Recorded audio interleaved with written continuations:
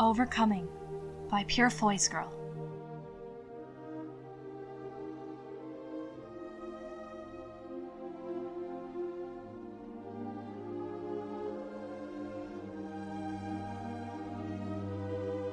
Chapter 57.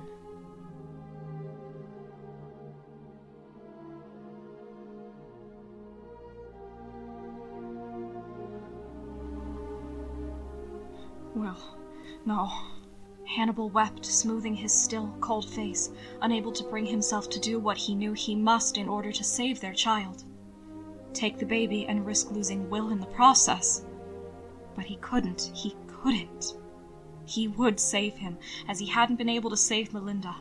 He would bring his mate through this, his ferocious and unpredictable Omega, who had fought to sheer exhaustion and, perhaps, hadn't the strength to fight any longer. You are my husband, Will. Your battles are my battles, just as mine are yours, remember? He whispered, his words as urgent as the kisses he pressed to his mate's cold, stiff fingers. And when you tire, I fight in your place as you would in mine.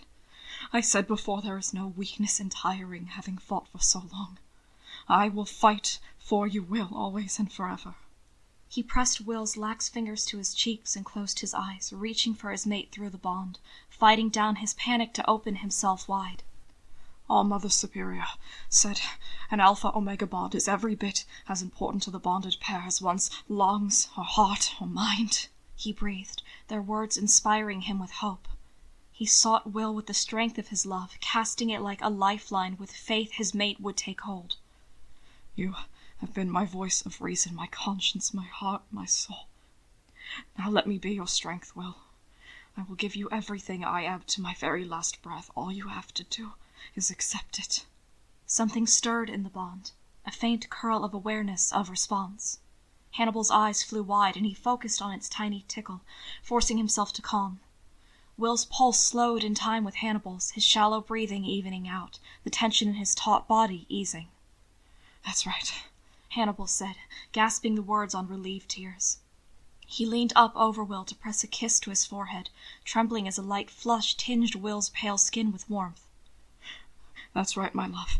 I'm here with you always and forever, Will. My lord, Mrs. Henderson said, lingering just behind him. Please, my lord, is there anything we can do? Fetch the midwife, Mrs. Henderson, Hannibal said, straightening to the task at hand, straining for the touch of his mate through their bond even as he shifted him on the bed.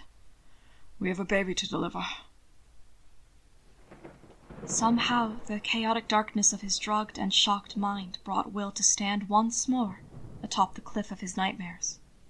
The black sky draped above him, streaked with lightning that crackled and stank of ozone, gusting with the dragon's sulphurous breath. My conscience, my heart, my soul. The soft, urgent voice came from nowhere and everywhere, elusive as Will searched for it, gasping when a deep, piercing ache clutched his belly. Let me be your strength. It came from the summit, drifting through the snarl of the raging storm to snare him. Will took a shaking step, but pain divorced him from control of his body, cutting across his belly in an arc of agony. He looked down, blood flowing down his bare legs in a wash of heat. The cut Mason had dealt him skated wider, gaping to bear the emptiness within. I'm here with you, always and forever, Will. He stumbled toward the edge of the bluff in a panic of horror, feet slipping in a mess of his own blood, the pain sinking its teeth deep. A figure stood with arms wide and waiting, perched atop the crumbling edge over the roaring, angry water, just like in his nightmares. Will, stay with me. Stay with me. A presence rose behind him, watchful and waiting, great wings stretched to blot out the world itself. Will staggered beneath the weight of its regard, desperate to reach the summit, desperate for any relief from this awful, tearing pain. The figure waited, patient and motionless, an unwilling spectator to his pain. Useless things are only fit for burning. The memory of his father's voice uncoiled from the depths of the storm, brushing his heart like fingers in search of cracks. This is how it would have ended, William. Put this mistake to rights. Mend the hole you've torn in the heart of his world. The pain washed over him, wrenching and awful, and dragging him to his knees. The presence loomed over him, bending low to curl its shadowy fingers around his body. kindness, William. It is a kindness to yourself as well as to your husband. If you truly do love him, then do not hesitate now. Something cried out, sharp and short, the wail of a child, the scream of Will's soul as he fought to escape his suffering. I'm right here, Will. I'm right here with you, my love. Will grit his teeth and surged to his feet, bearing up beneath the weight of his father's regard, beneath the oppressive resentments his heart had harbored all the long years of his life. He reached out for the figure on the cliff top, and his father laughed, whispering, Go ahead, William. See what it gets you. Do you know why he stands there at the summit? It's the best place to watch you fall. The nightmare that had plagued him stood before him now, the figure waiting, the cliff with its crumbling face prepared to drop him, the awful and final betrayal when he would reach out and be left to fall into nothingness. But Hannibal would never let him fall. Hannibal would fight to save him, be it against dragons or darkness or nightmares. He would always keep his promises. His love gave Will hope he could trust in, hope he could have faith in, hope that he was not alone with his demons, not anymore, not ever again. Will drew on the strength and drove himself forward, resisting the mockery of his own doubts, the dark and secret anger which still hoped to trap him in his own desolation. Arms outstretched, he threw himself forward with faith that he would be caught, and the surety of Hannibal's promise rose up around him. It cradled Will in warmth, chasing away the hurt and exhaustion that plagued him. It bore him safely away from the ragged cliffs of his fears and the monsters which lurked there to settle him in the silence of the river below. You are my husband, and I will protect you. He drifted in the river of his childhood, no horror able to reach him through the blanket of his husband's presence. The shadow of his father rippled beneath the black surface of the water, smiling at Will as the current snared him, pulling him deeper into the darkness. The pain eased, peeling away from him the further he allowed the river to take him, pulled from his life by the eddying current into the unknown at last. No. The refusal bloomed in his chest, the warmth around him penetrating deep to wrap like fingers around his heart, fixing him in place. I refuse to live without you. It cannot be borne, Will. Do you understand me? The words beat like a second heart, teasing his memory. There was something important he had to remember, something which this thick and endless darkness tried to hide from him. It is always yours to choose, Will. I'm begging you. Choose me. The stifling absence of light was pierced by a tiny ember, its glow intruding on his calm. Will watched it pulse like a heartbeat, a minuscule firefly signaling for an answer. He moved against the current, drawn by the light. The river spilled around him in a wash of his regrets, showing him the moments of his life from his first breath to his last. His last. Peace overcame him, tranquil understanding that, brief as it had been, he had come to the end of his own story, the final chapters all the sweeter for their bitter start. He looked back into the yawning darkness, the contours of mystery, darker shapes on a velvety night, and he stirred toward it. Will, Lecter Graham, don't you dare take another step. Hannibal? His mate's name echoed inside of his head, inside of his heart and soul, pulling him away from the call of the river with strengthening resolve. The light before him flared, reaching for him, beckoning him closer.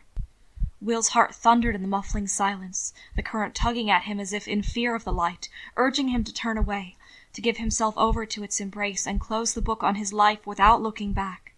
It offered him release from the shackles of his life, the freedom to flow wherever the river might take him and find out at last what lay in wait. He looked at the light, so distant, so far, and he was so very, very tired. Will, stay with me. I have no home at Hartford House if you are not here with me. I need you. We need you. Come back to me. I haven't the strength, he knew. It drained from him into the water, sapping his determination. I will be your strength. Love and understanding flowed into him, a line like a tether drawing him to safety, pulling him from the promises of death. It gave him the strength to push against the current, to wade towards the light and the happiness he knew awaited him there. Hannibal? He whispered, reaching for him, abandoning regrets and resentments to the past where they belonged. It took an eternity to reach it, but the light grew stronger around him, falling on his skin with the warmth of the golden, glowing sun, like the gleam in his husband's eyes when he smiled. Tell you a story about a fool and an omega and a great red dragon. Will drifted in the light, following the soft murmur of his husband's voice as he told the story of their lives, every syllable infused with affection. It lured him closer, drawn by the power it held, compelled by the sure embrace of Hannibal's love surrounding him. And then I made a very serious mistake. Will pushed toward his voice through the beckoning light, plunging into the future it promised with hope even the gods themselves would fear to challenge. "Hannibal," he breathed, spreading his arms wide, swallowed in comfort and finding the joyous welcome he'd once thought beyond his reach. The fullness of a bond completed, forged in the fire of a dragon's maw and honed in shared peril. I dare to question him, and do you know what he did? The golden light took on the familiar shapes and contours of the ceiling over Hannibal's bed, his blurry vision slowly sorting it to make sense.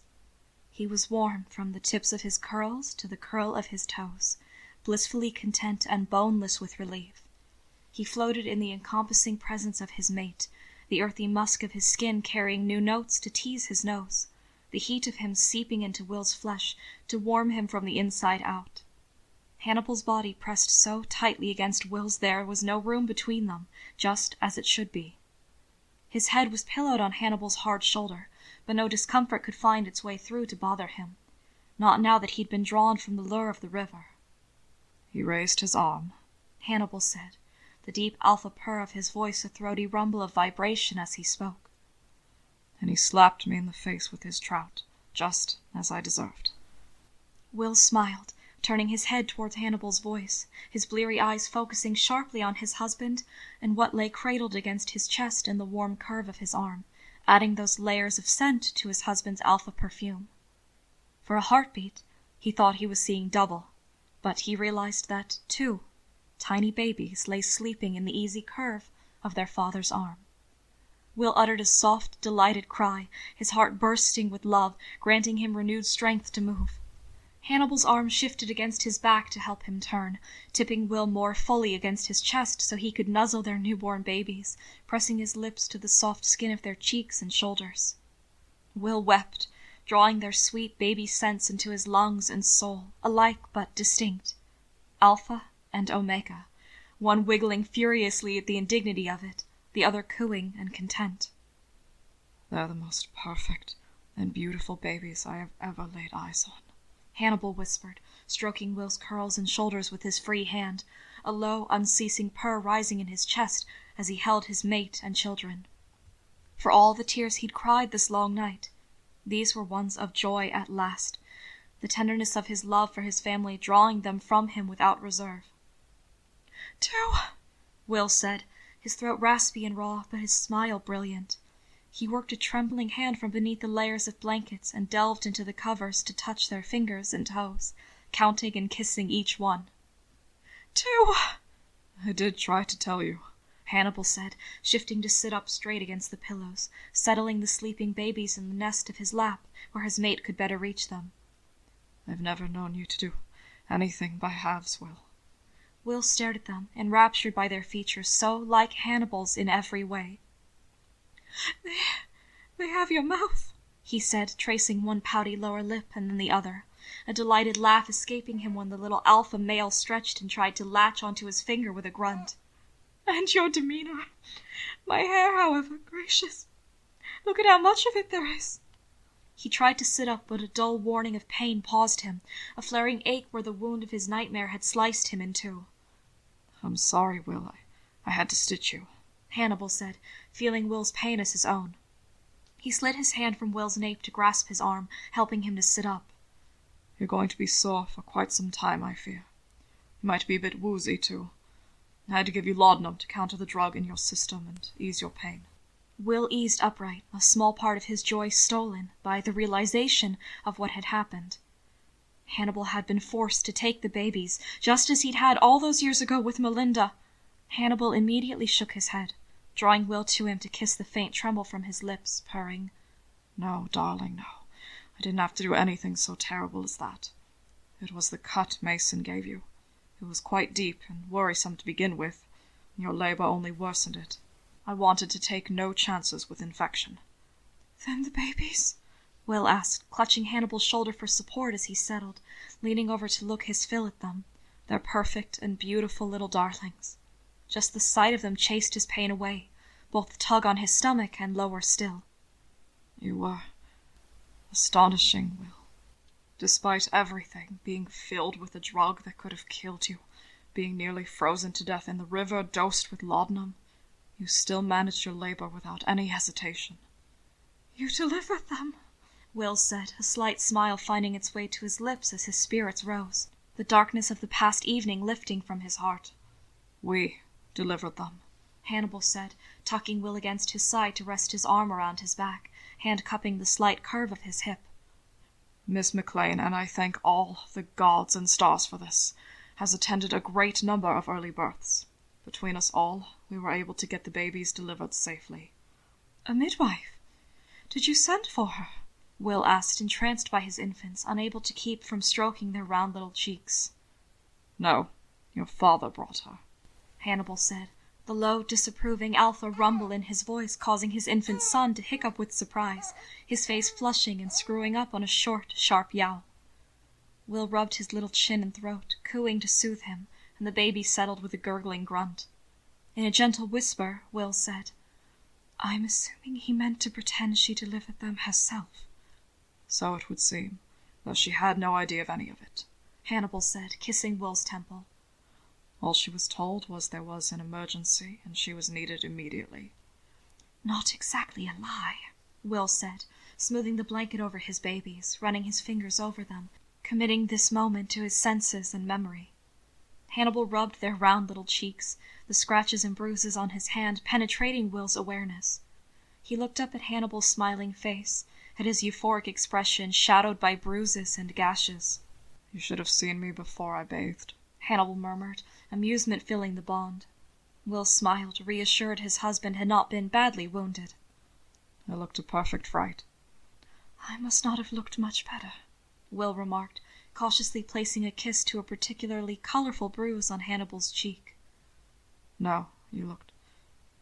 Gods, I don't even wish to recall it, Hannibal said, the tight, strained words accompanying a pang of physical hurt through the bond, his distress for Will so great it manifested a sharp ache. Hannibal turned his head just a fraction, tender and raw and tremulous. His words escaped on a whisper, half broken on tears. I will never be more frightened in my life than I was this night. Nearly losing you to the river, to Mason, to Dollaride. Will's heart broke on the ache of Hannibal's pain, on the fear and panic still coiling through their bond, drawing strength from his words as much as his memories of the riverside. I was so frightened, Hannibal said again, his golden gaze searching Will's beloved face. Even once I brought you home, there were so many times, Will. So many times I could feel you slipping away from me, breath by breath. You caught me back, when I wanted nothing more than to let go, when the pain was so crippling I couldn't bear it. It was your strength I drew on, Hannibal. It was your voice that parted the darkness and called me back. Hannibal's glittering amber eyes held his, shadowed with pain and the knowledge of how close he'd come to losing Will for good. For a moment, I wasn't sure you would heed me, he whispered, a blink spilling tears down his high cheeks. He shuddered, vividly struck by that awful moment when he'd physically felt Will move towards death rather than away from it. When you pulled away from me, you stopped me, Hannibal, Will said, aching when his husband cut off in pain, the desolation in his bond almost too much to bear. You said, don't you dare take another step. Did I? Hannibal asked, baring his heavy alpha fangs in a slight smile. I frightened half the staff to death shouting at you, saying everything I could to reach you. I hoped, at least, if I gave you orders you'd be cross enough to come back, if only to cosh me. I am never cross, Will reminded him, drawing Hannibal's fear through their bond and pushing it away, leaving it filled only with the wonder Will felt. but I must admit it got my attention.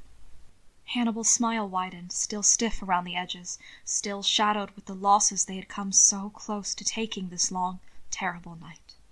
His amber eyes brightened, however, when he admitted, I could feel you through the bond, Will, slowly but surely making your way back.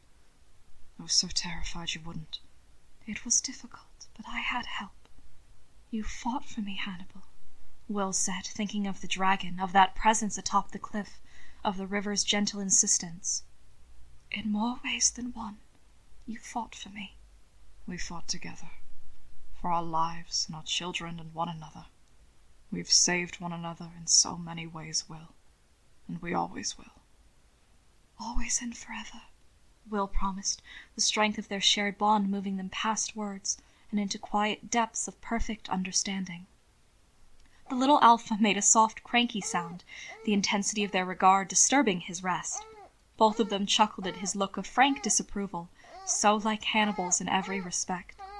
It focused Will sharply on the present, dragging the last corner of his mind from what he'd seen in the depths of the darkness. It could wait, he knew. For many years, for decades, for as long as he could make it. It would wait.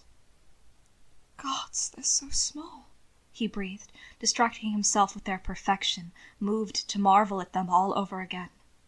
They'll grow quickly, never worry on that count, Hannibal assured him, cupping the little Omega's fuzzy-haired head. He searched the bond, looking for any part of Will that might have lingered behind, any crack in the teacup which might allow him to slip away. But he found nothing. He was whole. They both were. Do you feel up to holding them? He asked, his voice husky with love, with relief, with gratitude that Will had chosen him, even through the worst of things. Will nodded, his breath leaving him on a soft, delighted laugh. Hannibal shifted in the bed and mounded the pillows behind him, helping Will sit up with their support. The movement made him wince as his tender, abused parts protested, but his discomfort vanished the moment his children were laid in his arms against his chest. His heart skipped and stuttered, finding a new rhythm as he held the babies they had waited for so long. Tears rose, unbidden and unheeded, a smile curving his mouth without his awareness. He trembled, cradling them against his heart. They both fussed briefly, but settled, soothed by his heartbeat, safe in the arms of their parent in ways Will had never experienced even in his own infancy. You're so tiny, he purred, rocking them gently, kissing the wild thatch of their dark brown curls. Oh my gods, Hannibal. Hannibal met his gaze, both of them tearful and joyous, their bond filled to bursting and coursing between them with a life of its own. Hannibal pressed close to his side in an embrace, one arm around his mate, his other hand lifting to touch their children. He tickled one little rosebud mouth with his fingertip, both he and Will laughing softly when the baby turned and pursed their lips, mouth working. One hand flailed, tiny perfect fingers with tiny perfect nails. Hannibal curled his own finger beneath, wondering that anything could be so very small. Each baby a new miracle that begged disbelief for how perfectly nature could arrange things. He leaned down and kissed those minute fingers, smitten to the soul.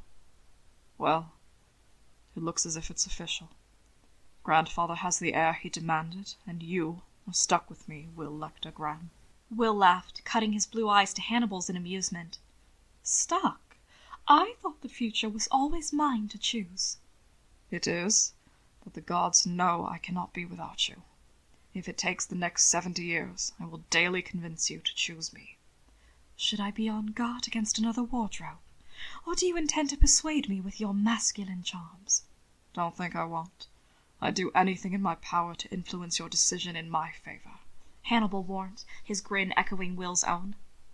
Heavens, so long as you keep your shirt on, I'll keep my wits about me, Will reminded him, blue eyes dancing with delight. It's quite unfortunate for you that you weaken at the sight of me, but there's no sense in arguing any of it. We share a bond, Hannibal went on, his mournful tone belied by the amusement in their bond. Try as you might, you can't wriggle out of this marriage now.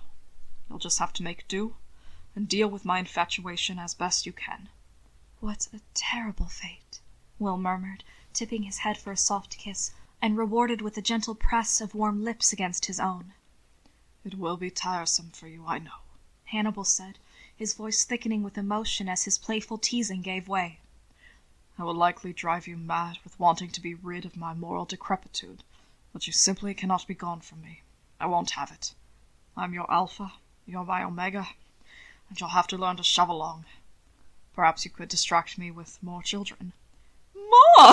We've just had 2! Yes, I think more children would do quite nicely, Hannibal said, tickling his fingers beneath the tiny omega's jaw, beyond delighted when they chirped and wiggled against his touch. At least a dozen more should do the trick. And if every single one of them is an omega, then so be it. Oh, really? Will asked, nuzzling his husband to kiss the high stark sharpness of his cheek. Well, I am hopelessly enamored of them by now, what with 2 of them in my life I love so dearly. Luckily for us both, I will always choose you, Hannibal. Hannibal grinned and found Will's mouth with his own for another coaxing, sweet kiss. The reciprocity of their bond swam between them, only heightening the strength of what they felt for one another. A soft knock parted them as Berger poked his head in, and Hannibal muttered, Didn't I say I would fire them? Hush. Yes, Mr. Berger. Beg pardon, my lord. Just checking to see if you was awake, Berger stammered, blushing to have interrupted them. Miss McLean's asking after you. I am, Mr. Berger, thank you. And... Jimmy! Will gasped, the events of the night returning in a rush with force enough the omega in his arms began to cry in response. He's got one hell of a bruise, but he's awake, my lord, and chomping at the bit to see the babies, Berger said, drawing closer as Will soothed his startled children. Berger looked nearly as proud of himself as Hannibal did, and quit the room with a soft, dazed smile. Thoughts of Jimmy turned Will's mind back to what had happened, the horror of it still veiled behind a haze of drugs and hallucinations. He shivered, and Hannibal caressed him, soothing away his shudder with a throaty, deep purr. I don't wish to think of it, Will admitted, reluctant to revisit any part of it. Then don't, Hannibal urged him, kissing Will's soft cheek, fingers smoothing over the round bellies of their babies. We can worry later, Will. Can we? Will asked, his heart clenching on the question. Mina must surely have fled by now. My father will be rallying support. I haven't the time to... We'll make time, Hannibal said, and Will subsided, the calm in their bond easing his worry, allowing him to focus on what was truly important, his children, his husband, and the happiness their little family felt. We shall have to deal with my father, Will said, knowing a great deal of happiness depended on safety, and none of them was safe with his blood relatives on the loose. And my sister. Your sister is confined to her suite, Hannibal murmured, kissing the snub of his nose. A bolt of panic sliced through the bond as Will cried, The passages! Hannibal, she'll escape! She'll do nothing of the sort. I have 2 sets of eyes on her at all times, and I am determined to have those passages blocked up. Zella read of them in Mina's letters, and grandfather confirmed their existence. Nothing like this will ever happen again if I can help it. I shudder to think how Mason Verger was sneaking into our rooms in the night, stealing correspondences. I was the one who told her of them, Will whispered, stricken. He cuddled his children close, comforting himself with their nearness. The guilt bubbling up through their bond brought a low, rough chuff from Hannibal's throat, and he gave his mate a squeeze, telling him, You had no indication she would ever do something so terrible, Will. And she had quite a lot of help, unfortunately.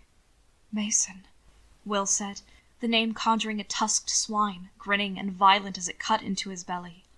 He twitched, and the omega in his arms uttered a soft cry, attuned to their mother's distress. Shh, hush, darlings, I'm here, my sweet, I'm here. Mason won't be helping anyone do anything now, Hannibal said, watching his mate soothe their child. By all reports, the girls did a very thorough job on him. And Francis? Will asked, focusing on his children to distract himself from his growing guilt. The river took him, Hannibal said, the soft rumble of his voice easing Will's tension. The wounds he suffered would have killed him, Will. I killed him. What I said? No, darling. If anyone killed him, it was me, Hannibal said, his mouth still bitter with the coppery taste of Doloride's blood. He was dying when he went into the water, Will. It was blood loss, not words, that killed Francis Doloride. And I would gladly tear his throat out 1,000 more times for what he did to you. Will shuddered, his guilt and the terror of his ordeal dissipating beneath the calm of their bond. The soft press of his mate's nose beneath his jaw soothed him, Hannibal's lips finding and kissing the mark on his neck with gentle care. I suppose if we're determined to deal with things properly, we shall have to take the babies to the nursery, and remand them to the care of Mrs. Henderson for the time being, until proper help can be found. The babies wriggled and stretched, yawning and snuggling against one another in the warm nest of blankets in their parents' arms. There was no darkness to overshadow the brightness of their lives, no whisper to fracture the happiness they filled Will with. Holding them, feeling them in his arms, seeing the minute flicker of their expressions, Will found he could no more dwell on the past night than he could put them away from him. Hope had come to life in his arms, and he was determined to enjoy it in its fullness. "Soon," he whispered, tipping his head to kiss them, to delve into their sweet baby scents and drown himself in love. "But not yet, Hannibal. First, we need to name these little darlings." "Nonsense, we'll name them Hannibal," his husband said, thrilled to abandon any talk of the horrors they faced and eager to share his husband's joy. "We're not naming all of our children after you." "Well, at least one." "I think one Hannibal Lecter in the world is quite enough. Besides, if anyone should have a child named after them, it should be the person who did the carrying," Will said, gazing down at his children with rapt devotion. "What do you think of naming our Omega after your mother? We could always call them Saul if they prefer male address." "Hannibal Saule Lecter." "No, just Saule," Will said, shaking his head, unable to keep from smiling when his husband was so set on amusing him. "Though I do still prefer Lucas for our son. It's grandfather's middle name, and he would dearly love to have his great-grandchild named for him." "Hannibal Lucas Lecter," Hannibal said, rubbing the baby's belly with one large warm palm. "You would like that, darling, wouldn't you? Being named for your papa as well. Is that what we should call you?" "Hannibal?" "Well, if you insist," Hannibal said, lifting his darling little baby into his arms to cradle him. "Hannibal it is." It took time for Mr. Danvers and the investigators to gather all the facts, time in which Will rested, curled up in the nest of Hannibal's bed with their children in his arms and healing from his ordeal. He gave his accounting of what had happened, every detail that his cloudy but remarkable memory could manage, and the investigation sorted itself from there. There was very little left of Mason Verger to be collected from the tree line where he'd fled, but enough to prove beyond a shadow of a doubt he would not trouble anyone any longer. Of Francis Dollaride, however, there was no trace. Hannibal had little doubt he was dead, badly wounded as he'd been, and broken in spirit. But he knew he would not rest easy until there was a body to confirm it. It was Matthew Brown's body that was recovered instead, discovered by those who volunteered to drag the river for Francis. There was no clue left as to how he had died. Nature and the inevitability of time had rendered him unrecognizable. But the leather apron still wrapped around his body was undeniably that of Matthew Brown, and entwined around the bony remnants of his outstretched hand was the trailing white hem of Mina's nightgown, still tangled from where Will had torn it free to fight his way out of the river. Will wept when he was told, the kind of racking, shaking sobs that had been held back too long, the pain of that endless, nightmarish night purged from him on a surge of grief for a friend who had, even in death, helped to save him. Found, too, were the bodies of the guards who had gone missing that fateful night, piled like cordwood atop one another in the woods, throats cut just like Randall Tears, just like those officers from Marsham Heath. Francis again, on the orders of Mina, clearing the way for his trek to the river with Will. When it came time to deal with his sister, Will made the arrangements personally, grim and firm and determined. Too many people had been hurt, killed, all for the sake of her selfishness. The least he could do to honor their memory was see Mina held accountable for it. It was a very cold, very bright day when Will finally descended from his little nest with Winston and Tears girls at his heels. Snow lay thick beyond the windows, blanketing the world in muffling quiet. Inside, the sound of hammering echoed faintly through the walls, discordant and distracting, but a necessary evil. "Good morning, my lord." "Good morning," Will murmured to the guard at the door, composing himself as he approached the small, hastily converted storeroom where Mina had been moved. He paused there, wishing he'd gone with Hannibal and the children to see grandfather, or had lingered over long in the bath under Jimmy's watchful eye. But he couldn't, he knew. Confirmation had come last night that they had arrived in Hartford Town, and today was the day. They were coming to collect her, and Will needed to say his goodbyes. "Open the door, please," Will said, expecting to be nervous, but finding he was calm. Dangerously calm. There was a soft clink and click as the heavy lock was turned, and the guard opened the door for him. She stood at the window, dressed as if for mourning, with her hair carefully tended. She did not turn around when Will entered, the dogs crowding in with him on high alert. She looked so fragile and alone, Will was forced to draw a deep breath, struggling to sever the ties his gift had made to her, the understanding that had nearly allowed a tragedy to play out beneath this very roof. "Good morning, Mina," he said, waiting to see how she would respond. She said nothing. A guard crossed in front of the window, their shadow falling like a veil over her face, brief and fleeting. Will quietly turned the single chair around and pulled it closer to the door before sitting, still cautious in his movements. "I see you're managing on your own." "I realize you're very cross with me, Will, but I would greatly appreciate it if you'd allow Gretchen to attend me," Mina said, her tone airy and light. "It's been almost impossible to do up my gowns." "Miss Speck was arrested and taken to the capital, Mina. She's being held as one of your co-conspirators, and was as eager to unburden herself as Timothy." The sound of hammering resumed quite near, loud and unpleasant, but not disruptive enough to prevent a reply. Mina chose not to respond to that, however. Her shoulders tightened in a slight tell of anger or frustration, but not fear. He knew she had quite enough sense to be fearful, but she wasn't. Not yet.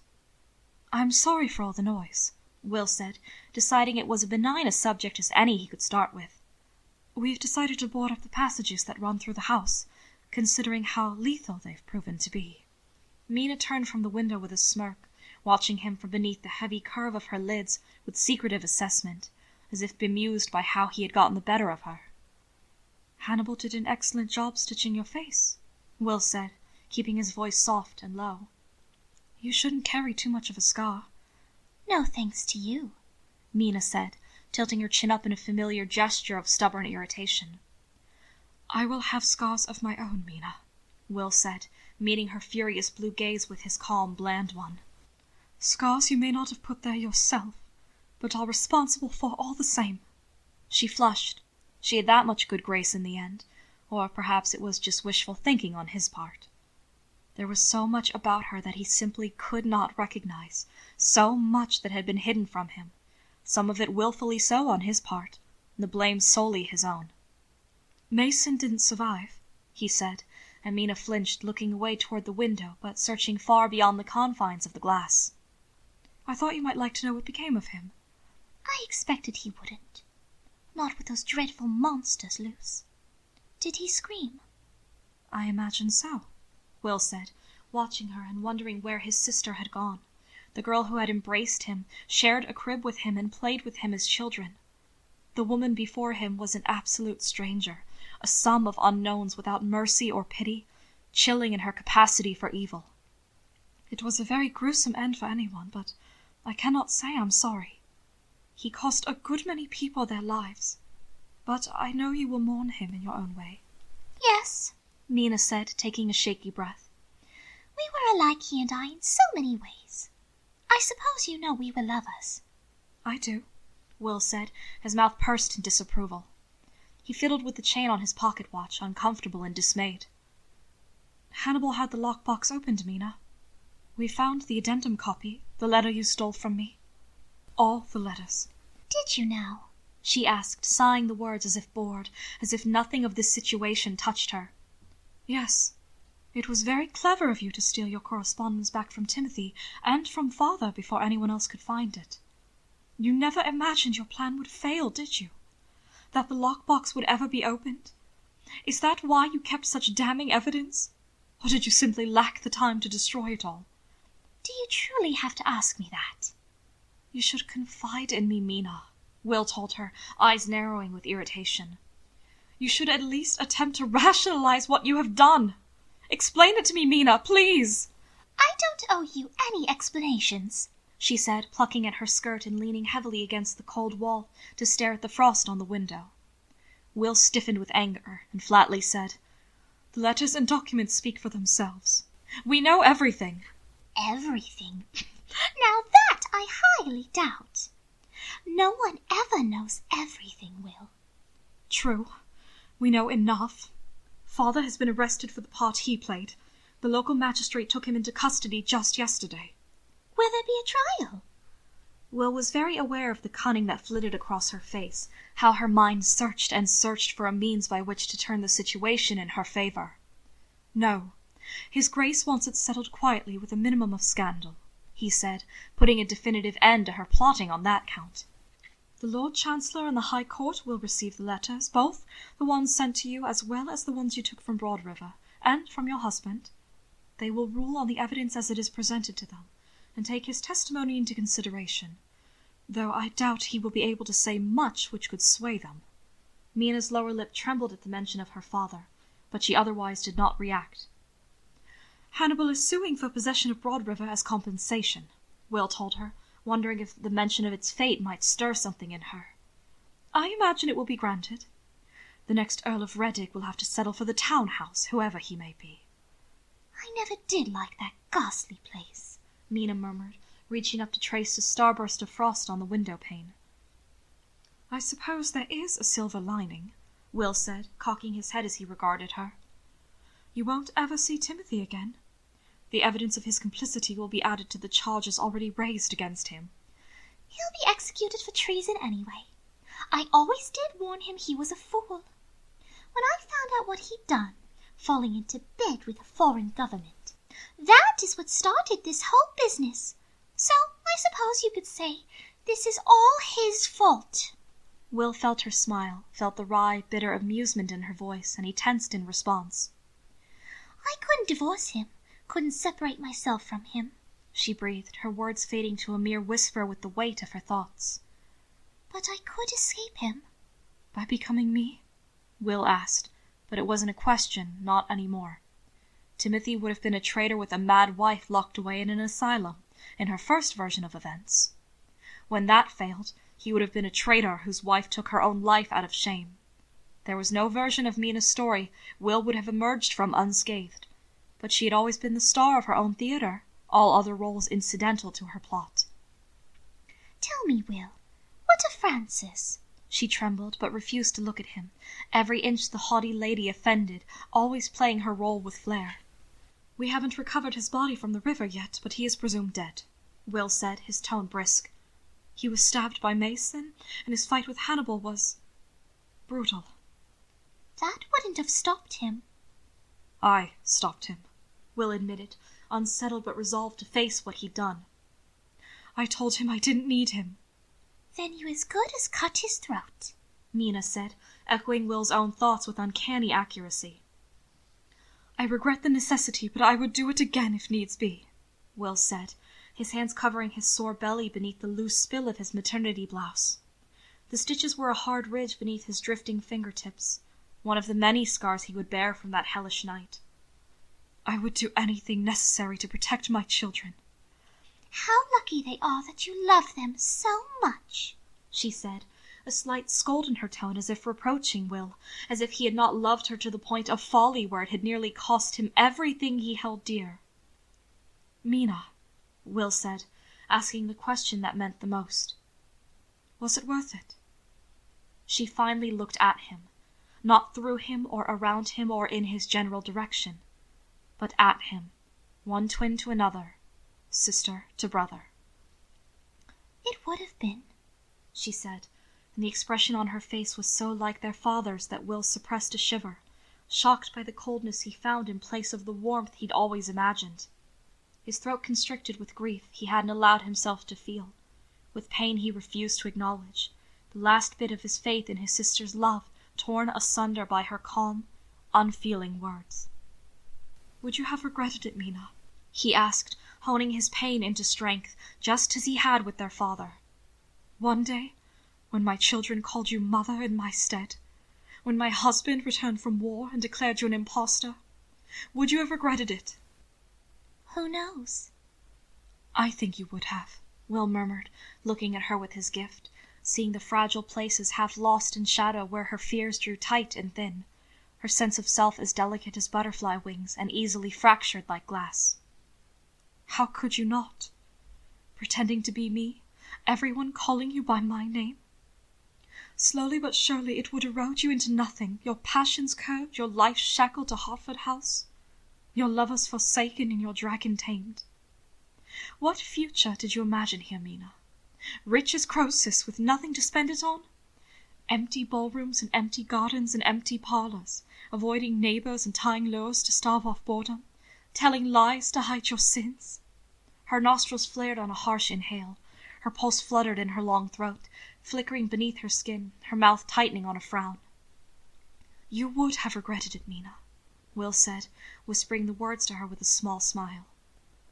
As time and my children and your duties sapped your resolve, you would find no rest for your weary head in the long, lonely nights. And every time you looked in the mirror, you would be reminded of the brother you murdered, as surely as you murdered yourself. She stared at him with the wild, dangerous eyes of a doe before the hunter, anger and horror trembling through her pale limbs and quivering on her lips as she saw the truth in his words.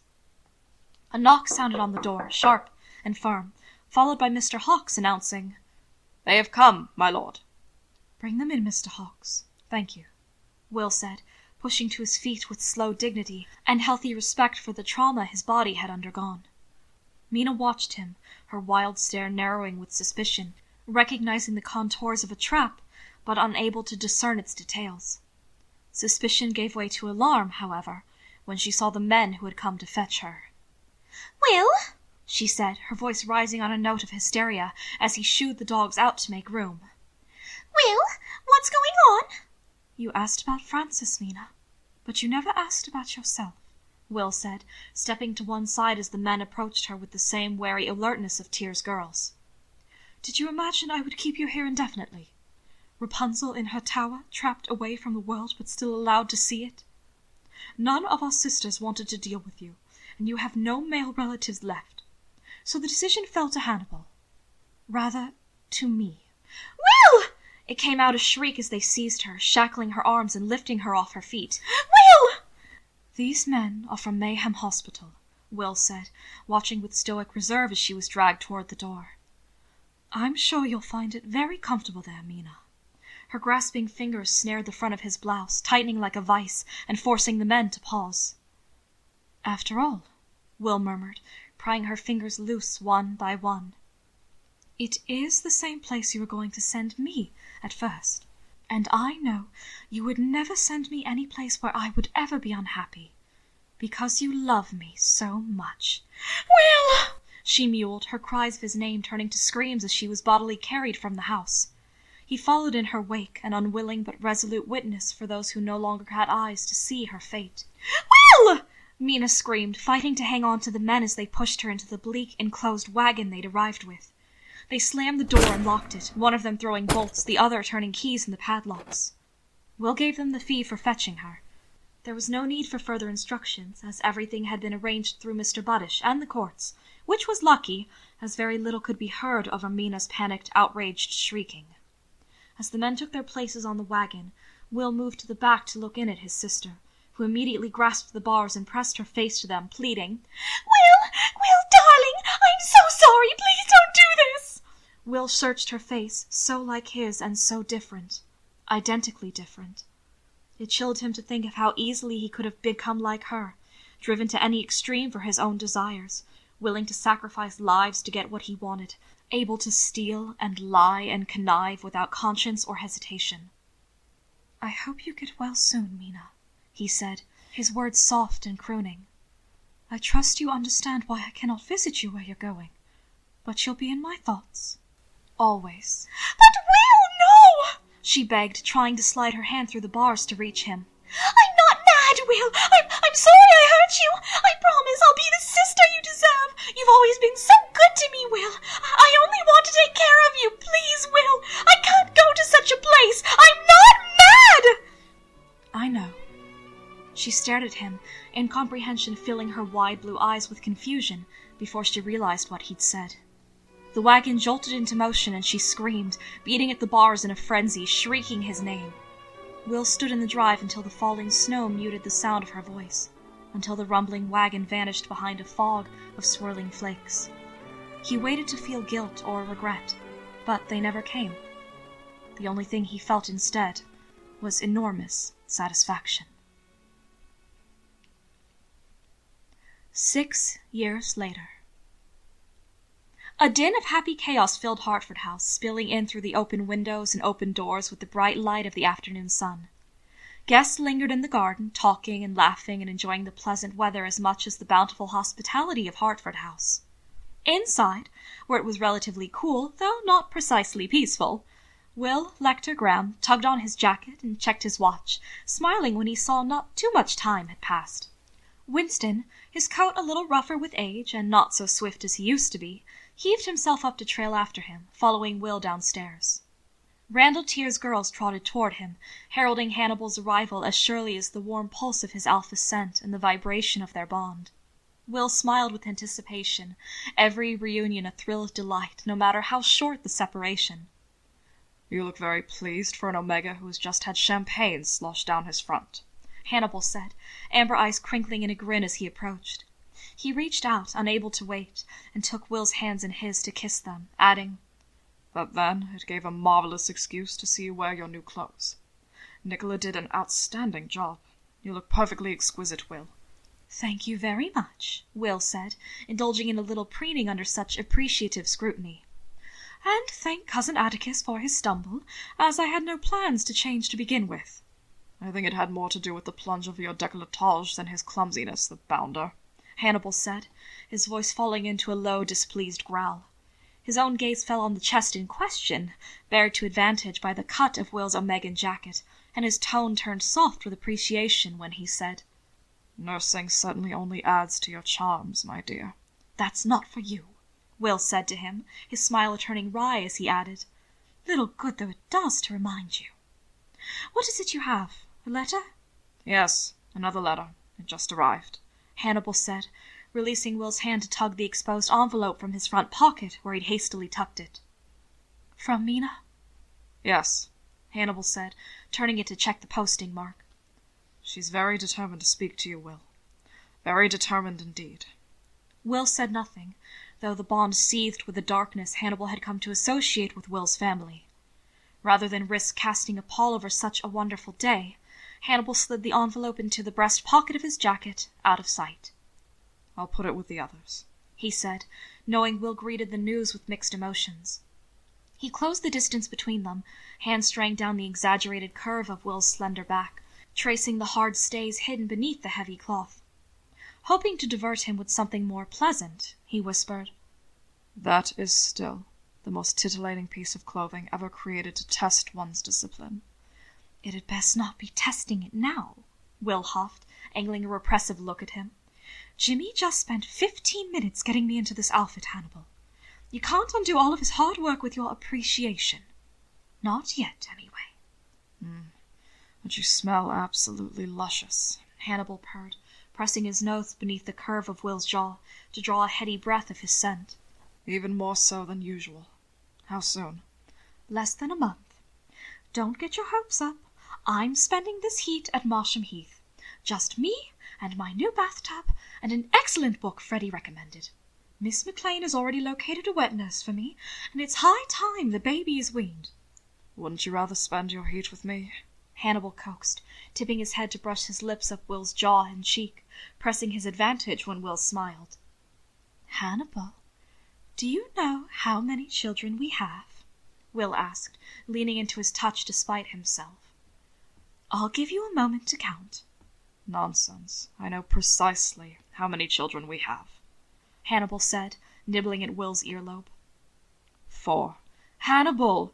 5. "In how many years?" Will pressed, raising his hand to cup Hannibal's cheek, the pull of him nearly irresistible. "Nearly." "Nearly 7. Hannibal said without hesitation, defending himself with, "In my defense, you do tend to give them to me in pairs, Will. We'd have had 3 if you weren't so keen on doubling your investment, as it were." "Doubling my... I've had all of 2 heats in the last 6 years, Hannibal. I will enjoy this one. and unless you know of a way to successfully prevent adding to our brood, I will be enjoying it alone." "Alone?" Hannibal murmured, leaning close to rest his forehead to Will's. "Without me?" "Alone would generally preclude you, yes," Will said, his determination wavering. "No one got pregnant last night, did they?" Hannibal whispered, and was rewarded with a brilliant pink blush rising on his mate's cheeks. "No, you haven't gotten pregnant so far," Will admitted, his smile as wry as his sigh. "Very well, Hannibal. But I warn you, if I end up carrying again—" "You'll cosh me like you have every other time," Hannibal purred, delighted by his decision. "and proceed to be the most adorable pregnant Omega in the world, followed by the best mother, all while performing your lordly duties. One wonders how you manage." Will allowed himself to be kissed, murmuring, "Flatterer." "It isn't flattery if it's true," Hannibal said, nuzzling him for a deeper kiss. Papa! They pulled apart at the soft, sweet call, both of them smiling at the dainty little Omega running toward them, but Hannibal's smile was particularly wide and enamored. Deep satisfaction and contentment poured through their bond every single time he laid eyes on their children, but especially when he looked at the solemn and wide-eyed replica of his mate, who very definitely knew they had their papa wrapped around their little finger. "Darling, you make that dress look even more beautiful," Hannibal called and whispered to Will. "I thought Saturdays were pants days." "Saturdays are dress days now," Will whispered back, stretching his hand out in encouragement. "At least temporarily." "Since when?" "Since this morning, when we saw Abigail's dress and were overcome with envy."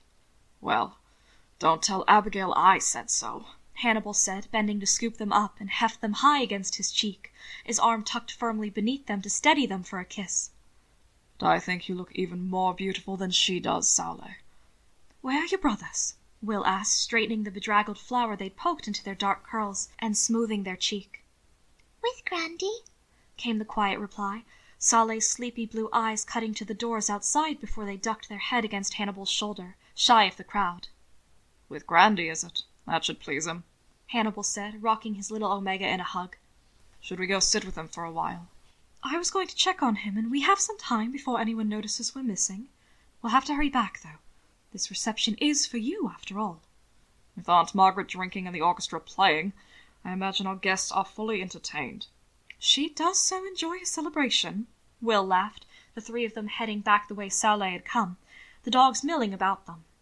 "Everyone is very proud of you, Hannibal. I hope you know that." "I do," Hannibal said, rubbing Saule's fragile back. "But the party couldn't have managed such sweeping reforms without your keen intellect, Will. Unofficial member or not, you've been instrumental in helping Omegas and women gain the right to participate in government." "Not unofficial for much longer, I hope. Which is precisely why we're celebrating, Councilman Lecter." "Well, you do know how much I enjoy spending endless hours with my exhausting relations," Hannibal teased, and laughed when Will did, both of them thinking fondly of the irrepressible and eclectic Dimmons. The rest of the children were just where Saule had said, making busy chaos in Roland's suite under Mr. Zeller's watchful eye. Grandfather sat with a blissful smile on his face and the baby in his lap, enjoying the antics of their overexcited little ones. "This is a cheerful sight," Hannibal said, carrying Saule in to settle them next to Grandfather, who hugged them against his side, smiling his lopsided smile. He had never recovered fully from his stroke, but he had regained a remarkable amount of mobility and a fair amount of his speech, enough so to legally abdicate his position as the Duke of Westvale to his grandson and heir. Hannibal had feared he would fade without the title that was so much a part of him, but Roland spent every moment he could with his great-grandchildren, and was delighted to have the weight of responsibility lifted off of his shoulders at long last. "I thought I would read to you for a bit and take a break from our guests, Grandfather. But it looks as if you have visitors," Will said, moving to kiss Roland's cheek and lift the baby into his arms, cradling him with a soft purr to soothe his fussing. "I hope they haven't exhausted you." "I think it's the other way around by the size of that yawn," Hannibal remarked, noting more than one sleepy face among their children. He moved to kiss Grandfather's forehead, asking, "Are you sure you don't want to get dressed and come out?" "No, no, it's too much," Roland said, waving a shaky hand at the suggestion. "I would rather stay here. As you wish, Hannibal said, smiling down at him. But you do realize you're about to be descended on by a bevy of demons. An unavoidable fate, I fear, Roland said, and uttered a raspy, breathless laugh. You've been minding Grandy, haven't you? Will asked, rocking the baby as he cast a serious look over his children. Yes, Mama, was the dutiful and undoubtedly inaccurate reply from them each, prompting Will to say, Perhaps we should ring for Nanny. Miss Darling needed a minute to catch her breath, Zeller said, volunteering the information from a safe distance where the dogs had gone to rest. Didn't realize what she signed on for. Saved by circumstances, Hannibal said, grinning at the relief he saw in their beloved little faces. Grandy doesn't want us to go. Grandy wants you to tell us a story, Papa, Nigel said, and the request taken up at once by a chorus of high, coaxing voices to which the baby added his burbling voice, only falling still when Will nuzzled him. A story? Hannibal asked, seating himself with mock dignity on the settee next to Roland's bed, where Will had settled with their youngest propped up in the curve of his arms. What sort of story? Shall I tell you of Chiyo, how she travelled across the ocean to visit Nippon, and take Lady Murasaki home at last? Or perhaps how Abigail met Nicholas when she was abroad, Will suggested, chuckling at the baby's expression of utter astonishment to see his siblings pulling faces at him from the bed. Or Papa could tell you some Latuvan fairy tales. That should keep you all awake. For the next several years, most likely. No, tell us your story. Ah, yes, Hannibal said, tapping his temple with one finger. I'll tell you of my summers in Latuva. No, Papa, of you and Mama, Saleh corrected, curling against Roland's side, their beautiful dress forgotten in favor of the story they were all told from the moment Will's waist began to thicken. Let me see. Where should I begin? Hannibal said, hefting Charlie up over his head before sitting back with the little boy in his lap, making room for Nigel to clamber up next to him. The little Alpha delved against Will's side, seeking the calming assurance of his mother's scent and settling at once, his slim fingers curling around the baby's fat little foot. I know. How about the garden party, It was a beautiful day at Fernhill, and your cousin Bedelia was being entirely as impossible as she's ever been.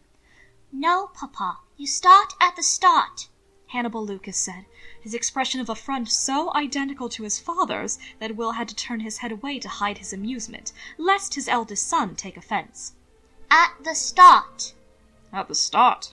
You're quite right, of course. How silly of me, Hannibal said, casting a glance at Will as he said, I suppose there's time. We'll make time, Will promised with a smile, kissing the baby in his arms and hugging Nigel to his side. He stretched his hand out, and Hannibal took it, fingers twining in a warm caress.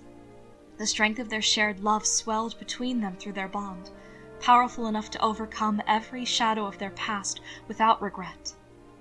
Very well, Hannibal said, drawing a deep breath and smiling as he held his husband's bright blue gaze.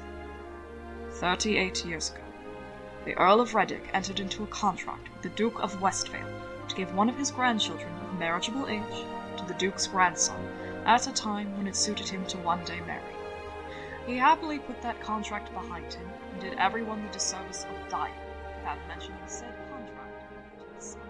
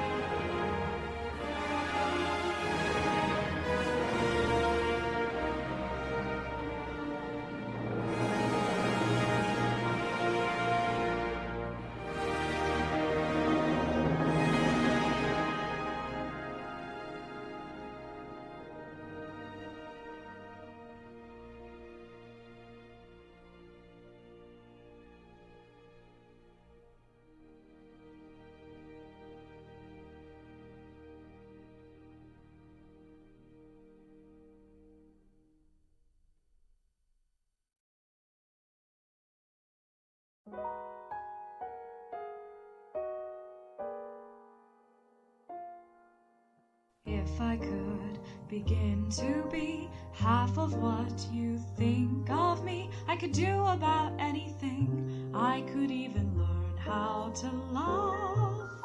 When I see the way you act, wondering when I'm coming back, I could do about anything. I could even learn how to love like you.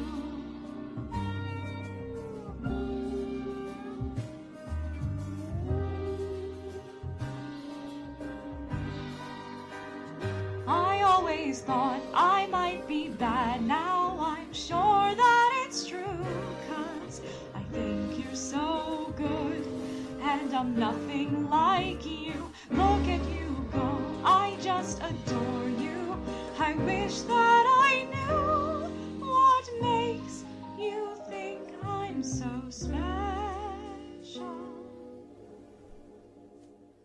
If I could begin to do something that does right by you, I would do about anything.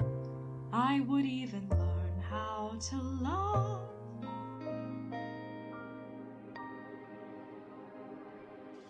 When I see the way you look, shaken by how long it took, I could do about anything. I could even learn how to love.